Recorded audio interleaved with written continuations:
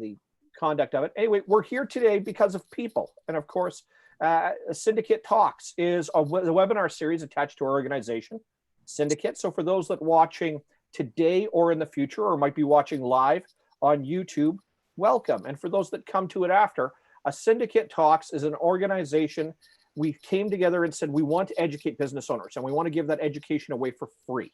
We want to make sure that as an organization, we're making sure that our membership, first of all, is made whole when it comes to their business, comes to their education, and secondly, to the world at large, that what most business owners need most of the time are actually technical skills. It's learning how to do something, which includes hiring, sales, marketing, managing cash flow, handling financials, writing sales scripts, doing marketing, etc.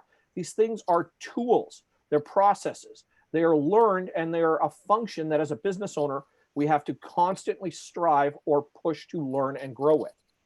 Now, if we don't know where we can, or what we're supposed to use, or where we're supposed to find it, that makes it very challenging for us as our businesses expand, as they change. And in this case, when it comes to people and people capital, or hiring and retaining people, it's frightening, and it is costly to businesses.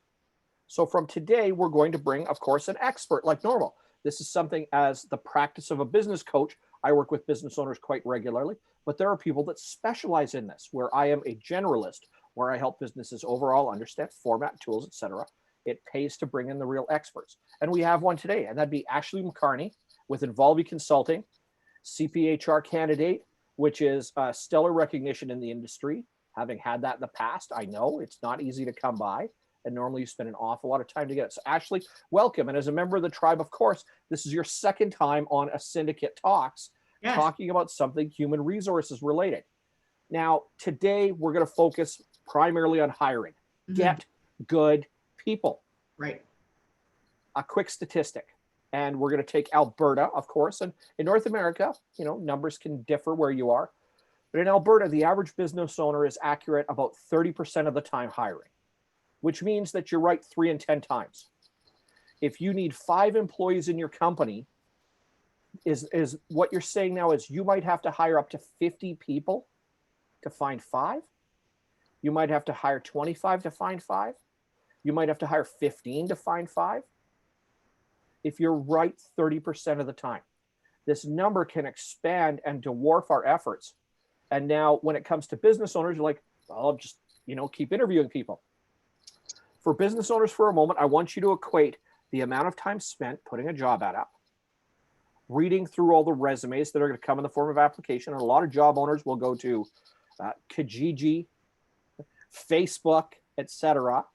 Never mind going to organizations like Indeed, Monster, etc. Canadian market, American market. We've got other comparable things as well. And then spending the time to screen. So I'm going to spend an enormous amount of time placing the ad, putting it up, getting it to run, deciding whether I'm going to pay for it or not, sifting through dozens or hundreds of candidates, depending on the business, trying to get down to a list of 2 or 3 or 5 people, and then from there actively interviewing them, and then saying not just what I will call first date rules. In other words, I like you on the very first date, and we are always the shiniest objects we are on a first date, but I need to get to see you second date, third date, fourth date, fifth date, etc. And yet most of us will actually make that hiring decision at the first date. Okay, it's time to move in. Let's get married. Let's put all of our stuff together in the same house. And that is not the best practice, because that is enormously expensive, because now you've equated all that time and money and energy you've invested at the front end. Now you're going to bring that person in, and they might stay an average of 3, 4, 5, 6 months. So you're going to pay that person. You're going to invest in the time to onboard them. And when you equate all of that cost, it becomes enormous. So if I'm right 3 in 10 times and I need to hire 3 people, that means I could be going through up to 30 people to find those 3. If just as an example, every one of those people to find, bring into the company and find out if they were fit cost $10,000, can your business afford to spend up to $300,000 to find those 3 people? So we have to do it a different way. Finding good people is not alchemy. It is not sorcery. It is science and process, and then the art of interacting and working with people. Ashley, welcome back to a Cyndicate Talks. Thanks, Vince. Get good people.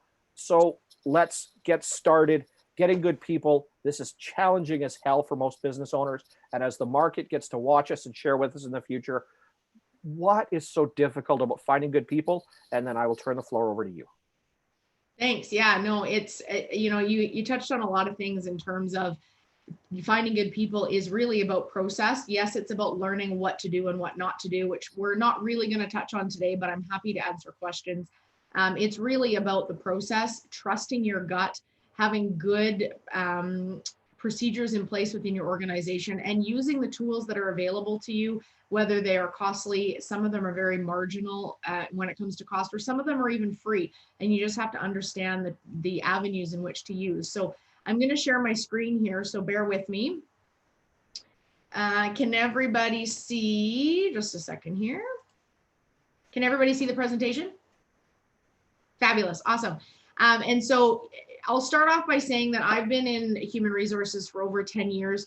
I've primarily been based within organizations as their HR director, manager, senior director. And recently, over the past year and a half, I've gone off on my own as an HR consulting firm, which is Involvi. And so we help organizations with a variety of things that they might need, which includes recruiting, but by no means am I a professional recruiter, as I know there's great talented headhunters and recruiting firms out there. And so I partner with them on a regular basis. But the information that I want to share with you today are the best practices that I've learned, which even most recently have become very helpful with some of my clients, which I'll give you some examples in a little bit. So I also want to open it up that if there's questions at any time, just unmute yourself and interrupt me. Let's make this interactive as we go along. And so the current state, does this look familiar to you, or is this part of your current process? Employee gives notice, is terminated, gets promoted, and then the company posts the position. Company then conducts interviews until the right candidate is found. Eventually the candidate is made an offer, and then usually if they are working, they need to give some notice. And so that delays your process again. And then finally, the employee can start at your company. I'm seeing some head nods. So that is a frequent process, and you're not alone, right? And so that's what we call reactive recruiting. And so it's not a bad thing. It's not the best, but a lot of businesses are in the same situation. So reactive recruiting is all about the here and the now, and it often takes place after the notice has been given, somebody's been promoted, or somebody's even retired. And so some drawbacks to reactive recruiting all the time is that it can be very costly. The process is often rushed, steps are missed. Therefore, it leads to turnover. Sometimes a warm body, as we call it in the industry, is placed in that vacant role instead of the best or right candidate for the position. As I said, it leads to turnover and very high costs. And it can also negatively affect your current employee morale, your productivity, and even your engagement. So even though you might be looking at this as a one-time, I'm recruiting, I need to get somebody in the door to fill this position, I encourage you to look at the wider scope within your organization and say, okay, how does this position then affect people that it works with? And then how does it impact the organization? Because very often, if you've got a gap within your team, other employees are filling in those gaps, which is then putting pressure on them and often making them overworked. And so filling this expediently is of great need to you for sure. And so going back to that current state, if you did say, this is where we're at, let's talk about timeline. So somebody gives notice, is terminated, gets promoted. Within immediate to 2 weeks, you're probably going to be posting that position. We talk about things like job analysis and making sure the right fit and making sure you need that current position the way that it was being operated. And I think that we'll talk about that in a little bit, but company post position immediately to 2 weeks.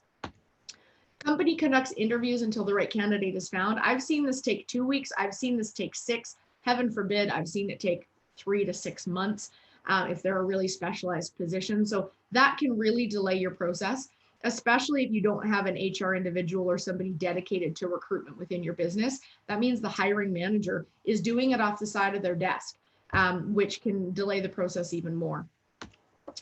Candidate is made an offer and needs to give notice. Again, typical notice within Alberta is 2 weeks written notice to the employer. I've seen some professionals want to give 4 weeks. Heck, I've even seen people want to give 3 months or 2 months. So you have to work with the candidates there so that it's an equal agreed upon timeline. So at the end of the day, your total time to fill the position going through this step could be as long as 90 days.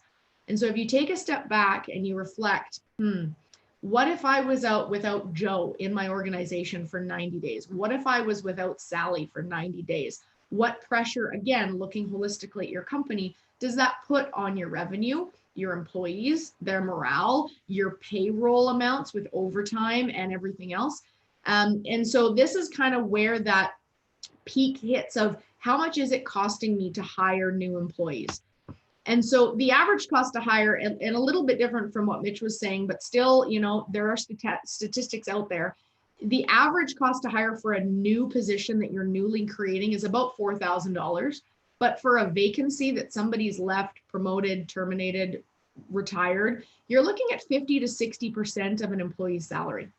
And so, you know, average salary out there could be 50 to 60 grand, depending on the industry. It could be higher, could be lower. And so you're looking at $25,000 to $35,000 in order to bring somebody on. That seems ridiculous. But when you think about the internal costs for a second, you're looking at your HR recruitment staff, you're looking at the hiring manager and any other managers or leadership team that might be involved in the recruitment process. You're looking at a referral bonus system, if that's something that you offer to your employees to, you know, encourage them to recruit within their community. You're looking at any systems that you currently pay for. I've put an ATS in there, which within HR, that's an applicant tracking system. And so it's usually a system that you've got behind the scenes where you can post positions out. People apply through those systems and through those links. And then it funnels all of your candidates either based on skill set, education, requirements for the job, or simply just application date. And it allows you to track your applicants a little bit cleaner than just receiving emails.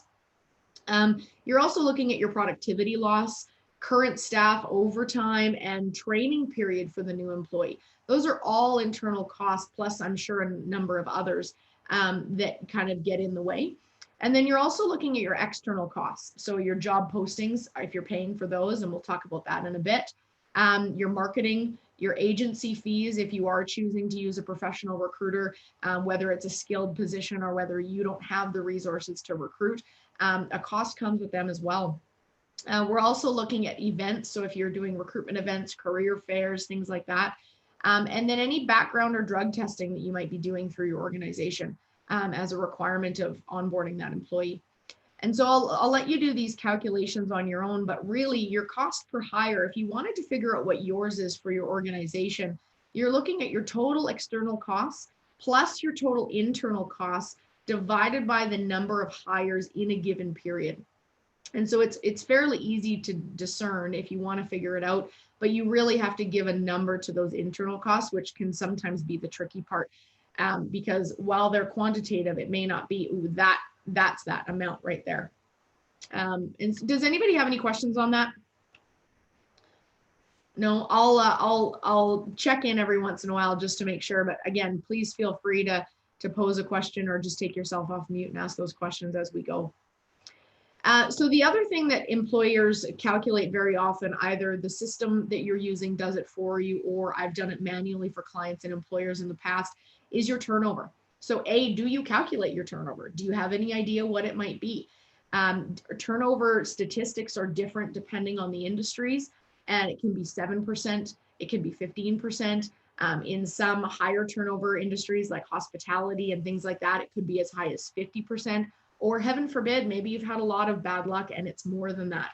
And so all of this turnover is then contributing to your bottom line and the amount of money it's taking you to fill those vacancies, which, as Mitch said earlier, stresses the need for good process, good procedure, and, you know, really proactive recruiting. And so when we talk about proactive recruiting, it's about the anticipation and understanding the trajectory and growth of your business. And so I challenge you to strategically plan and grow your business and look at your succession. Look at your succession planning. Find out who is retiring, who might not be a good fit today, but they're still working for you. So are you planning their exit? And then always be recruiting. And this is something we'll touch on a number of areas today, but communication is key. Make sure you're communicating to your current employees in terms of who has given notice, what positions are currently vacant, what do you see coming up as new positions within the organization, and get those employees thinking about, okay, who would be a good fit? Who do I want to work with every day? Who do I know in my circle or in previous jobs that might want to come work for this fabulous company? And then on your social media and your marketing, especially in this day and age where we're all working from home, or most of us, I should say, it's really important to be putting yourself out there through social media, whatever avenues you might be used to using, and talking about your culture. Talk about vacancies that you have, post positions through social media, and really brand yourself in a good way so that you are top of mind for those employees or those candidates when they are looking for a new job. And so make sure you're always recruiting, you're always putting that message out there. And you can even manage yourself on things like Glassdoor. So Glassdoor, if you're not familiar with it, is a very popular site where current and former employees can go on and actually leave an anonymous review about their experience with you as an employer.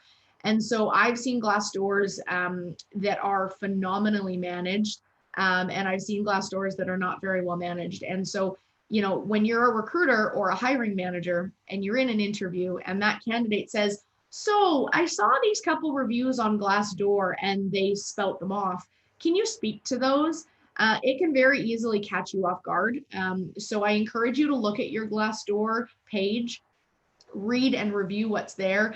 And if you need to, interact with a Glassdoor account manager so that you can start replying to those responses and managing your page so that it actually promotes you as a company as opposed to detract from the perception. Because at the end of the day, your culture is there, your engagement is there, your brand is out there, but perception is reality. And we need to remember that when candidates are coming in, because they don't know anything about your company other than what they've read, what they've heard, or what they've been told. So please keep that in mind.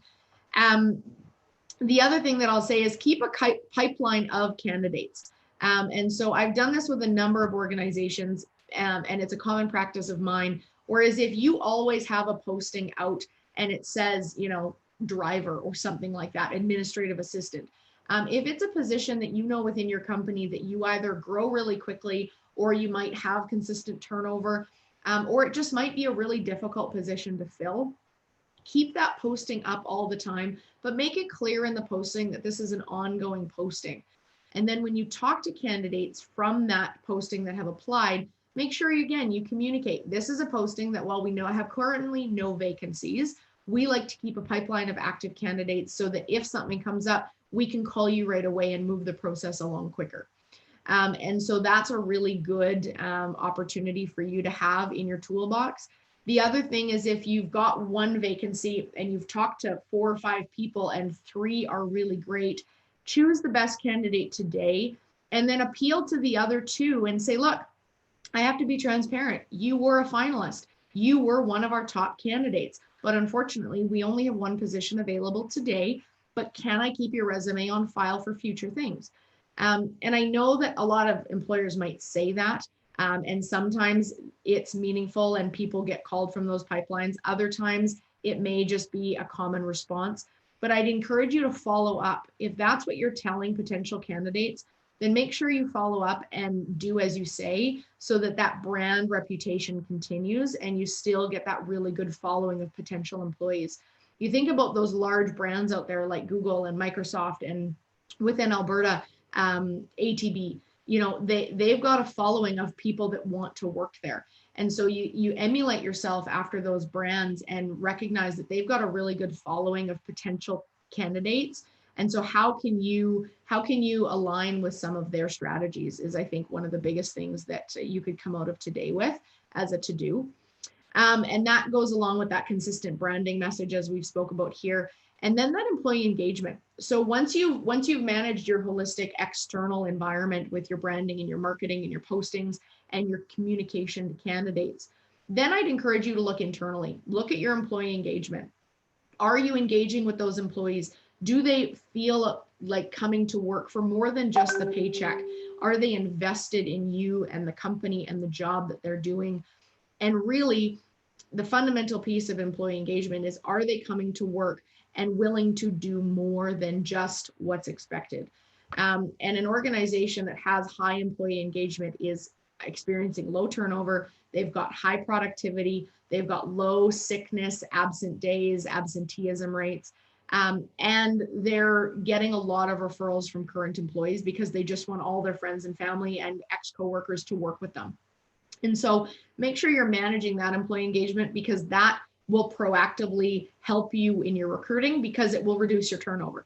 And if your turnover is reduced, you don't need to recruit as much unless you're growing. So keep that in mind. And so the next couple slides I really want to talk about is standardizing your recruitment process, which we've talked about, to ensure you are as efficient as possible. And so when we talk about proactive versus reactive recruiting, we talked about reactive recruiting and an approximate 90-day to fill a position timeline. And, you know, from my experience, and no word of a lie, reactive or proactive recruiting can be about as less as, you know, about a week. And so I know that's shocking, because really that's a 92% reduction in your process and in your time spent. But when you think about it, if you've got a pipeline of candidates here and the vacancy hasn't happened yet, and all of a sudden you get notice from somebody that they're leaving, you've got all these people that you can quickly call and say, hey, we talked a few weeks or months ago. I kept your resume on file. Are you still interested?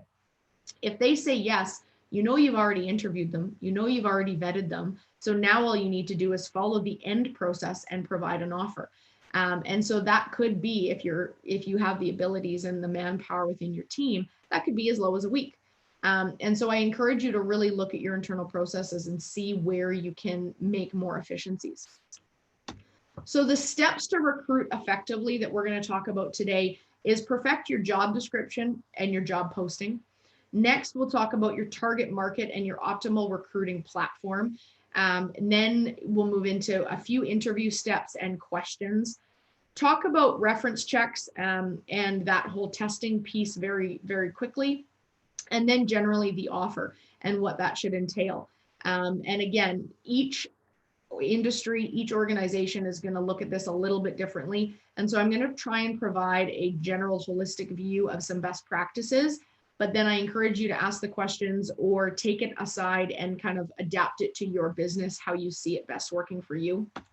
And so when we look about job descriptions and job postings, I've talked to employers that say, I don't know the difference. And I think in the beginning of my career too, I would just take the job description, which is an internal document, and post it online and say, okay, people will understand this. But the problems that you run into are the jargon. So if you've got a very uniquely titled role or that has a very unique skill set required, is a general reader looking at your posting online going to understand what's expected? Are they going to search, if you need a driver, are they going to search a route driver or a sales rep? And so how you're titling the position to the common reader is very important, even if it's titled inside your organization a little differently. So ensure your job descriptions are relevant and they also reflect the actual duties of the job. And so I'll give you an example here. In one of my previous employers, we conducted what's called a job analysis on every position that was vacant.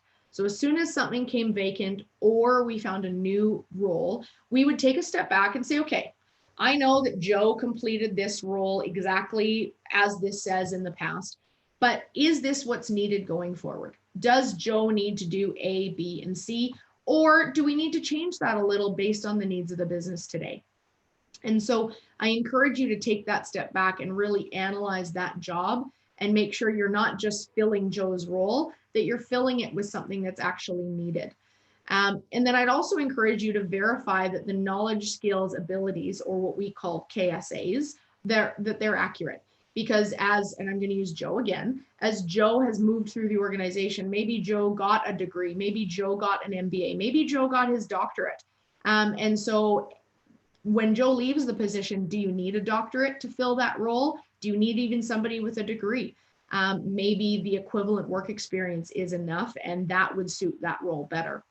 And so take a step back again, really verify that that's what you need.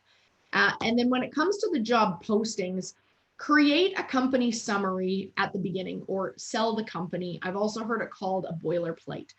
And so this is a document or a piece of verbiage that sells the company to the readers or the potential candidates, that introduces them to the company, introduces them to some of the benefits of working there without going into detail of your benefits plan.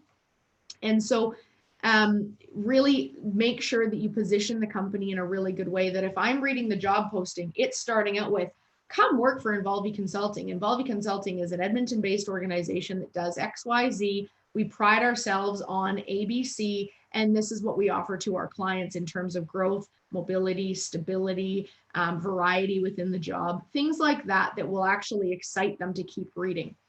And then go into the objective of the role, the key requirements of the role, and then the experience and education that that candidate must have to meet the basic needs of the role. And so when we go back to the responsibilities of the role, within your job description internally, you may have 5, 6, 15, even 20 responsibilities that role is responsible for or accountable for.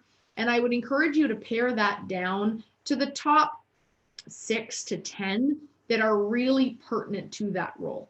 Don't say and other duties as required. Don't say some administrative functions. Every job comes with those things. And when you make the offer, you will actually attach the job description, which is the internal document, so that that candidate can read everything thoroughly and make sure they know what they're signing up for.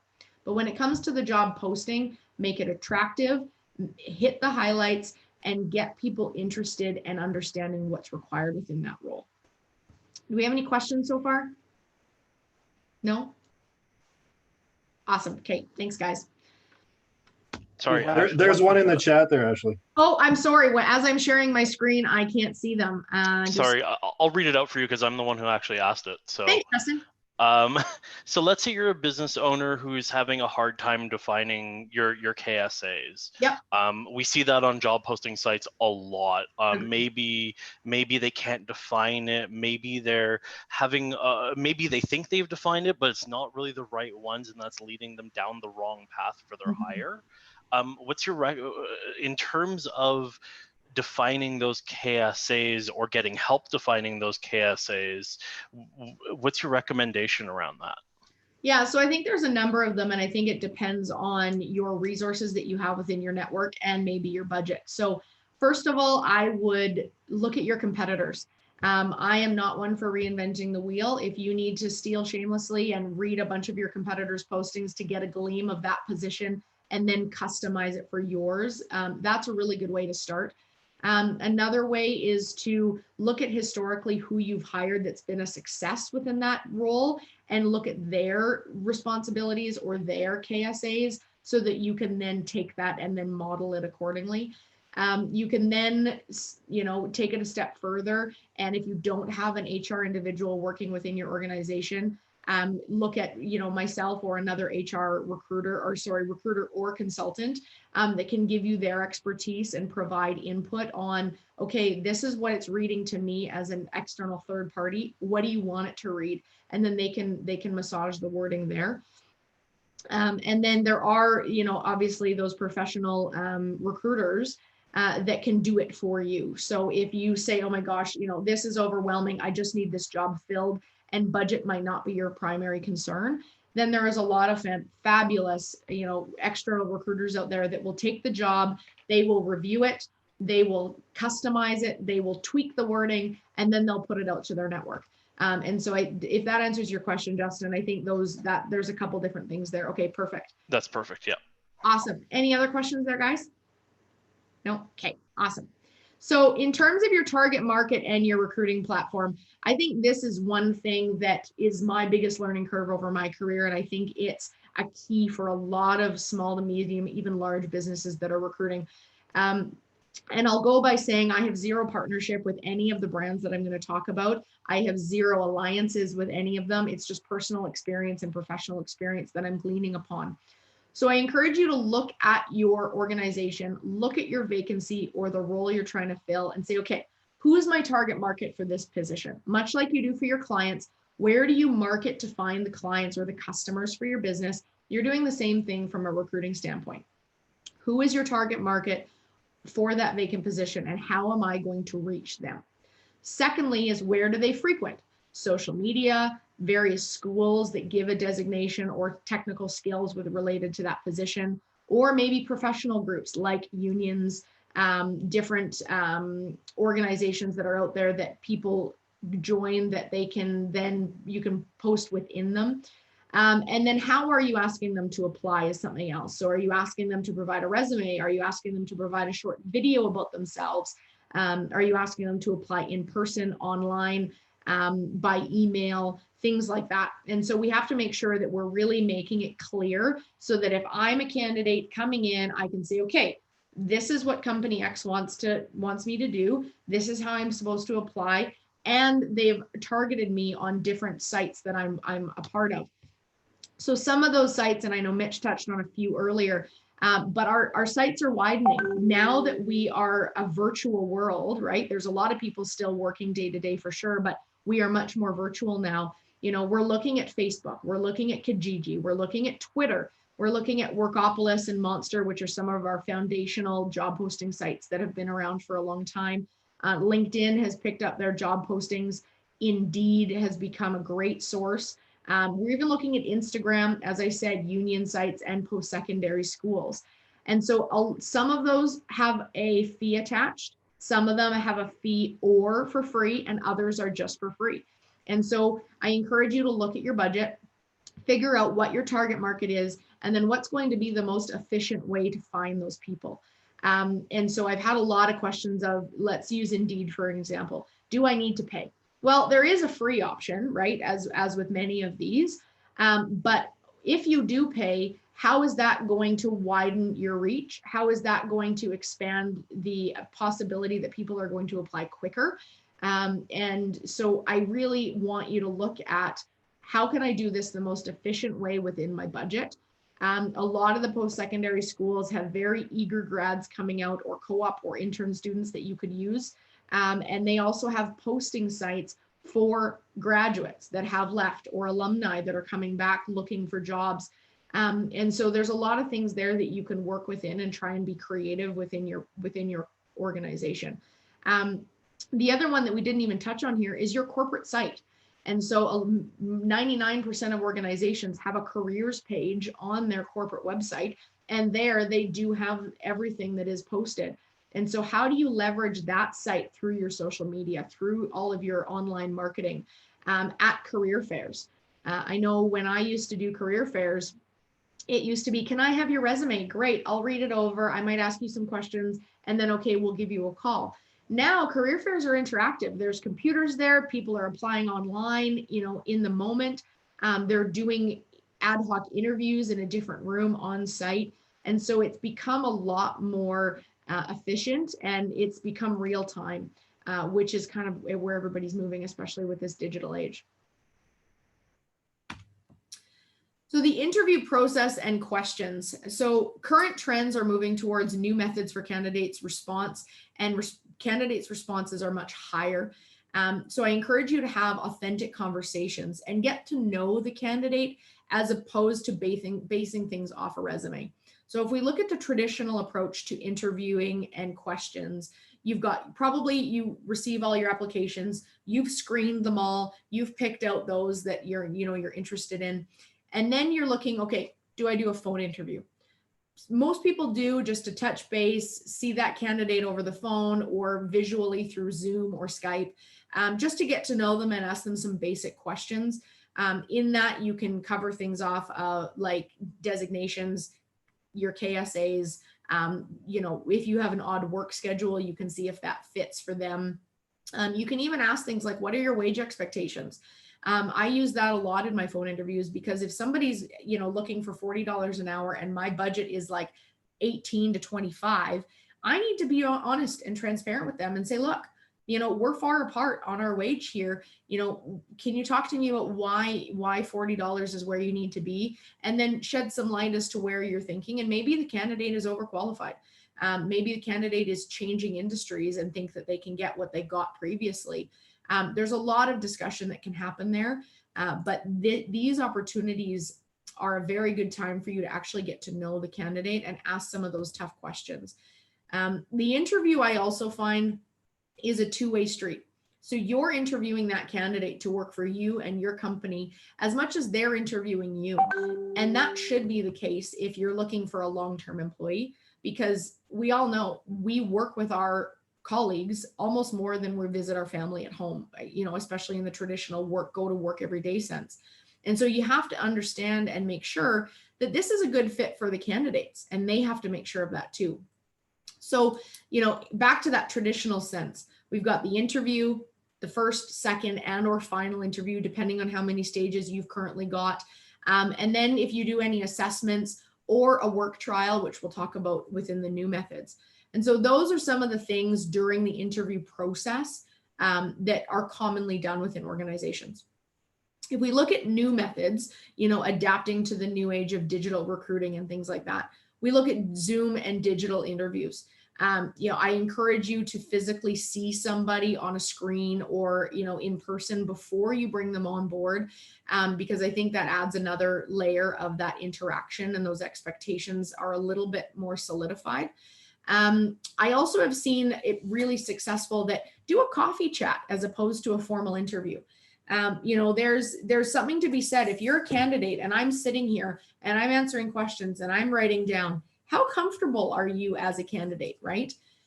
Interviews are stressful enough for a lot of employees or candidates, and that can throw them off just in general.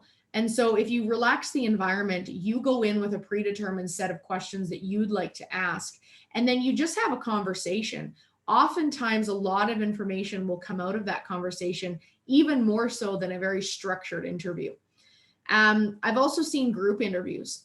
When I used to work at a major retail chain, we used to bring in, 15 employees at the same time, or candidates at the same time, have a group interview, get them to work together, see the leaders rise, see different people interact with their learning styles and their communication styles.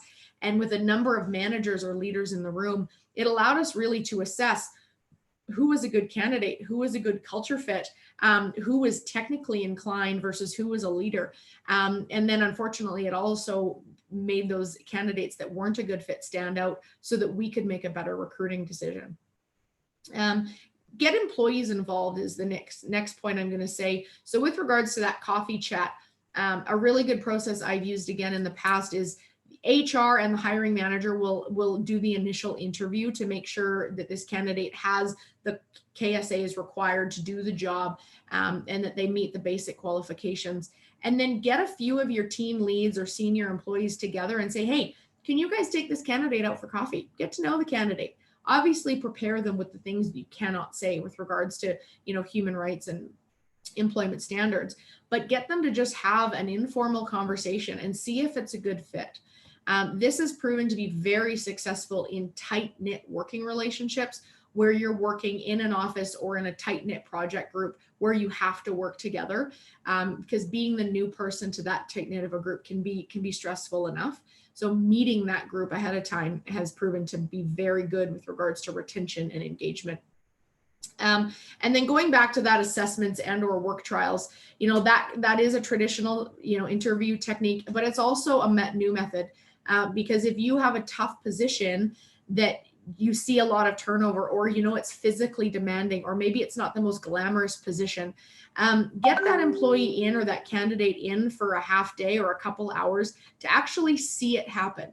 We do request that you pay them for that time, but it can be a predetermined amount that you get them to sign a waiver that says, hey, for this time as part of our interview process, we're happy to pay you, but we'd like you to actually see this in action. And I've had a really good response from that too.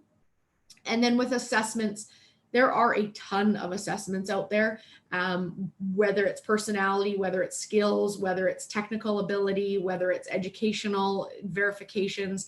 And so if you are going to do an assessment, I would encourage you to do the research ahead of time to figure out what responses are you looking for, or what skills are you looking for in the end. And then how are you going to work that back to be beneficial for that employee or that candidate to take that assessment. And there's a lot of, assessment individuals in my network that I rely on. Justin, who spoke up earlier, is one of them. And it really allows you to get great insight into the candidate. And it really also works for leadership skills. So those are things that I work into my interview process. With regards to the questions asked, I didn't put any notes here because the questions are really going to be a result of what you're looking for. Usually I start the phone interview or the first interview with some basic questions. What motivates you every day? How do you handle stress in the workplace? Who's been your favorite boss and why, so that we can learn what they're looking for from their leadership team? Do you work well individually with a team? Those kinds of things to understand that employee and how they like to work, to know if your environment is going to be a good fit for them. The next interview can be more technical. And of course, you can drop technical pieces wherever you'd like. But I've really found it great to put the technical interview the second, to really find out, okay, here is the duties of the job. Use behavioral or situational questions that say, please describe me a time when, or here's a situation, how would you handle it? So that you can really get to know their work process and how they think and how they would carry out duties within your organization. So at the end of the day, your questions are your own. And, there's a ton of sources out there, whether it's an HR rep, whether it's a consultant, whether it's, a recruiting firm, or whether it's Dr. Google, to go out and really say, what are some basic interview questions for these kinds of skills or abilities or personalities that I'm looking for. The only caution I would give you is keep the questions the same. So if you've got 10 questions for this interview panel that you're going through, make sure you go in with all those 10 questions for every single candidate, because that at the end provides you a good baseline to assess all of the candidates that you've had come across your table and really select the best candidate for you. Finally, with this, I would trust your gut. I have been burnt a number of times in the past, so I'm speaking from lots of experience. If you have been doing this a long time, or you have been interacting with employees and candidates for, your career, trust your gut. Ask some questions. If you get a little niggly feeling and you're not sure, explore that with the candidate. Say, you said this and I'm not quite sure what you meant. Can you expand on that? And then you'll be able to feel whether that, they were going down a rabbit hole or whether they were just misunderstood. And so trust your gut and make the right decision. And make sure, again, this goes without saying, but as we're talking about questions, make sure that you are not experiencing any bias with regards to any candidates that you're bringing in or the position you're trying to fill. That encroaches on human rights and discrimination and, is against the law. So make sure that you check yourself with regards to bias as well. Even if we've had lots of bad experiences in the past, we have to enter each new interview process as a new one. So, moving on to reference checks and testing, reactive recruitment, in a lot of ways, no reference checks are completed. It's, oh my gosh, I need this person. Okay, I found this person. Great. You meet all the qualifications. Here's your offer letter. Great. Can you start tomorrow? And very often we will miss the reference check piece, or we would say, okay, here's an offer letter, but it's pending a reference check or pending a background check. And I know from experience, I've done a lot of those, and sometimes it works. And in a pinch, we're all going to have to resort to some of these reactive recruitment methods. Even with the best proactive plan, you are going to be reactive at some points, and that's okay. The goal of this presentation is just to help you be more proactive than reactive. So what can you do to be proactive? 2 professional reference checks. That's my goal. If you have a new graduate or somebody that doesn't have a lot of work experience, then you could, reach out to a teacher. You could reach out to a sports coach, a business coach, a mentor, somebody within their life that mentored, led them, trained them, and understands how they react to pressure, stress, expectations, things like that. Often people will also give reference letters. I always take these as valid, but then I also try and call that person who is listed just to verify that that letter is current and some of the details are valid, and have a brief conversation. And then testing and background checks should also be done prior to offer too. And I'd be careful with testing and background. If you don't know your regulations within your industry, make sure you double check before you just start testing everybody, because there are a lot of stipulations when it comes to that to make sure that you're compliant. So I would just make sure that you're doing your due diligence. Unfortunately, there are a lot of organizations right now that are saying, sorry, all I'll do is confirm employment. I won't give a reference, positive, negative, or otherwise. And so you kind of have to take that and run with it. But do what you can to understand the habits of that employee or the previous experience of that employee, because you're hopefully entering into a really long relationship with them. So lastly, I want to touch on the offer. And so, you know, the offer really should be an offer letter and or employment agreement. And if you're looking for, you know, the difference between those, please make sure you ask the questions. And then provide all related documents that pertain to that offer prior to them starting, and give them time for consideration. So this would be your related policies, your procedures, and again, anything that that employee will be held accountable to as part of their employment contract. If they're signing off saying, yes, I will be an employee with you, it's only right that you provide them all of the transparent expectations up front. That are things like your harassment and violence policy, any expense policies, progressive discipline if you have it, drug and alcohol policy. So those things should really be provided up front so they can understand the scope of expectations. And then I also encourage you to get a signed acceptance prior to the start date, whether that's a printed, signed, and they are able to take a picture of it and email it to you, or they've got a digital signature, or if they can come into your office and sign it. Just make sure you do that, because then all your checks and balances with regards to compliance are there, and you know that you're protected and the employee has a good understanding of what's expected of them starting this new job. And so I'll open it up to questions in a sec, but just to summarize what we've talked about is try and be proactive. As I said before, you're not going to be proactive 100% of the time, but try and put those foundations in place to allow you the time to be proactive, to make sure that you've set yourself up for success. Define your job description and then translate it into that job posting for external eyes. Look at your target market of candidates. Who are you trying to recruit for? And what's your optimal recruitment platform that you should be using, or are there multiples? Look at your interview steps and make sure everybody involved in that process understands them. So if you need the hiring manager and one other manager and maybe a team lead involved in this process, have that conversation ahead of time to say, okay, this is what we need from everybody. These are the time commitments, and this is hopefully our timeline. Can you all meet those? Because the last thing you want is say, oh, I've got an interview at 2 o'clock. Can you make it? And everybody says no, right? So make sure you've set your internal team up for success. And make sure that you've got your questions, you've standardized them, and that the answers to those questions are going to provide you the knowledge and comfort in looking at that employee candidate as a potential employee. Second last, complete the reference checks and get any testing done previous to them making an offer, and then give that candidate time for consideration.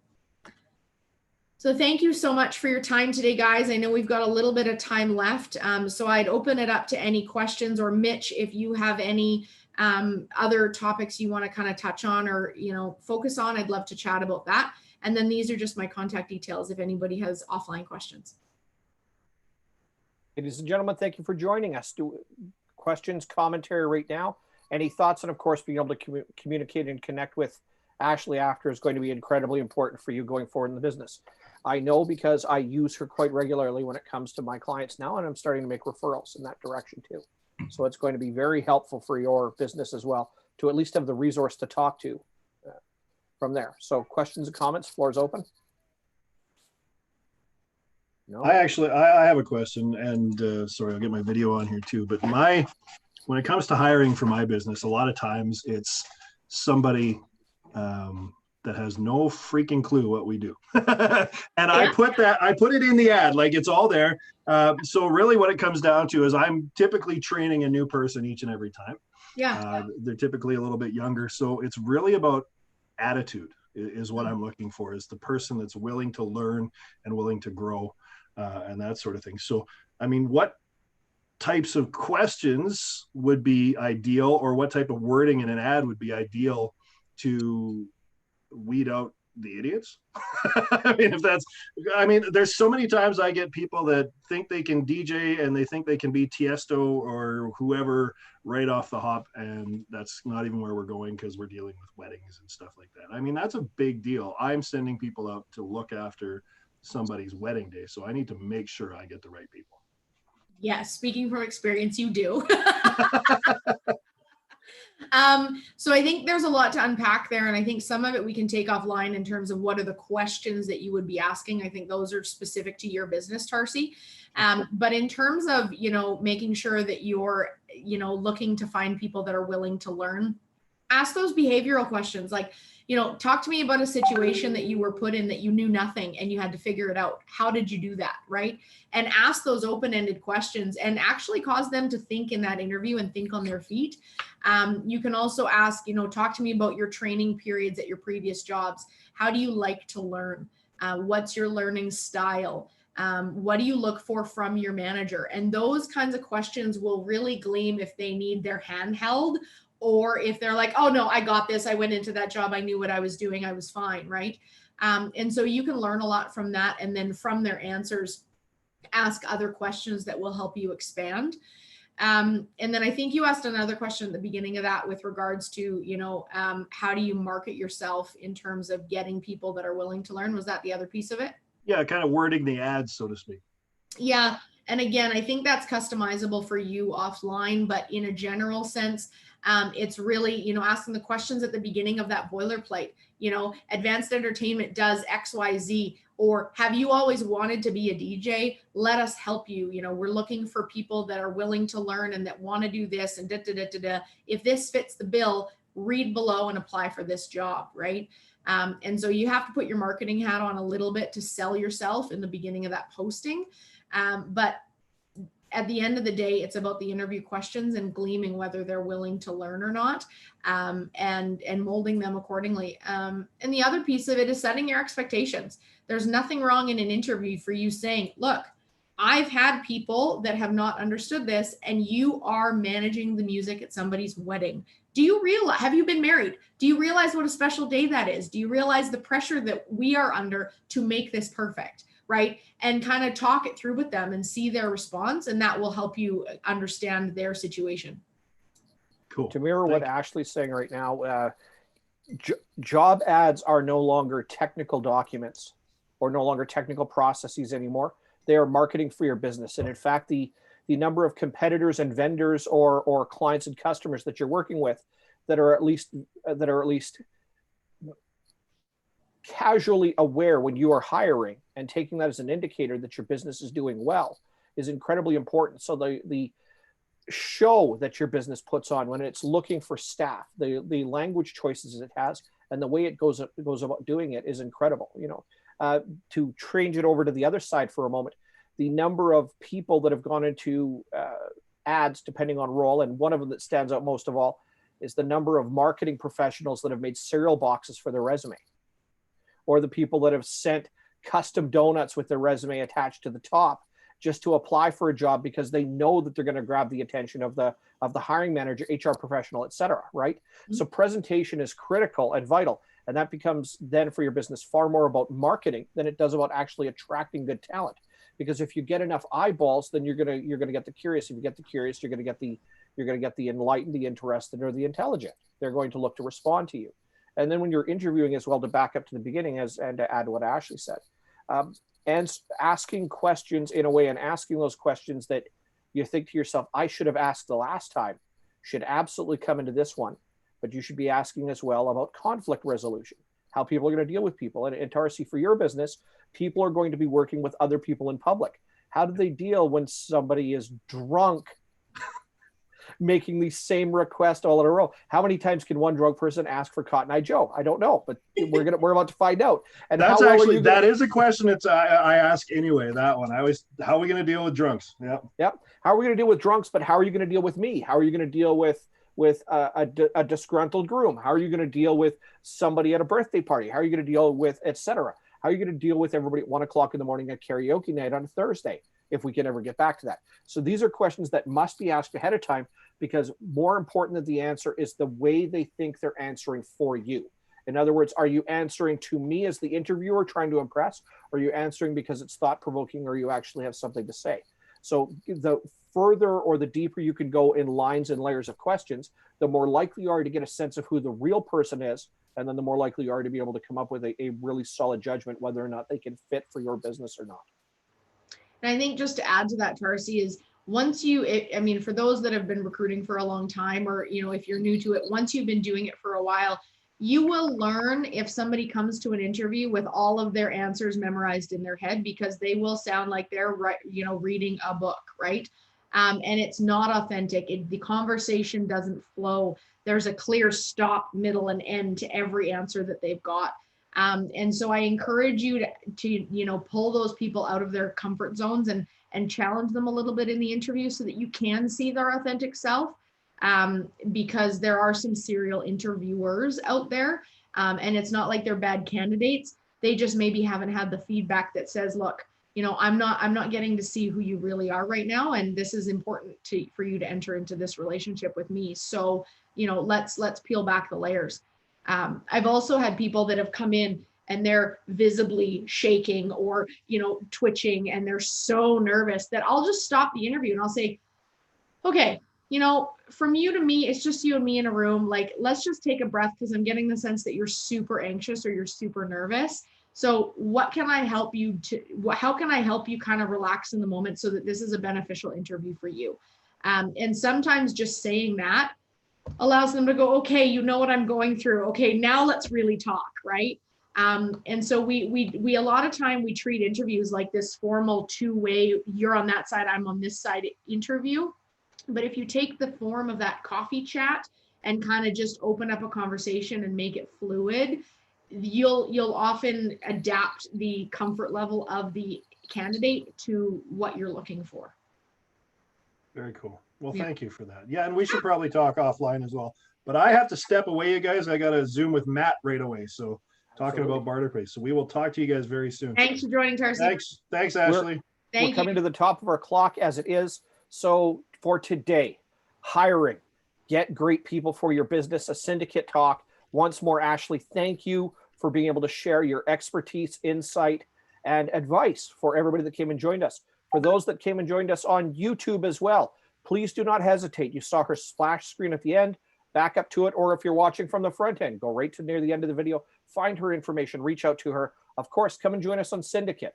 Why? We bring this education to you free on a regular, frequent basis. We have well over a dozen formatted videos, just like this one right now, teaching you how to do those things that business owners must learn to do. Ashley, again, thank you for your hospitality, for your time, your attention, and details. To the audience that joined us today right here on the webinar, you are going to be YouTube famous to a certain extent. So certainly enjoy that. If you would like, we will make sure that yourself, your social media handles and that are tagged inside the video itself as this is published. And of course, you can find it by going to YouTube, looking up Mitch Kamich Coaching, and finding the Cyndicate webinars and event series. This event will be repurposed and re-put up there as well on top of the live broadcast today. And we are happy to give your business a little bit of space and time inside that description. So do not hesitate to message myself as well, or Ashley offline. We'll be happy to make sure that happens, because we are also big proponents of many hands make light work, and we're willing to share when it comes to our marketing. On behalf of myself and Ashley, on behalf of the Cyndicate organization, thank you for joining us. We look forward to seeing you on the next Cyndicate Talks, and we will talk to you all very soon. Have a fantastic day. Thanks, everybody.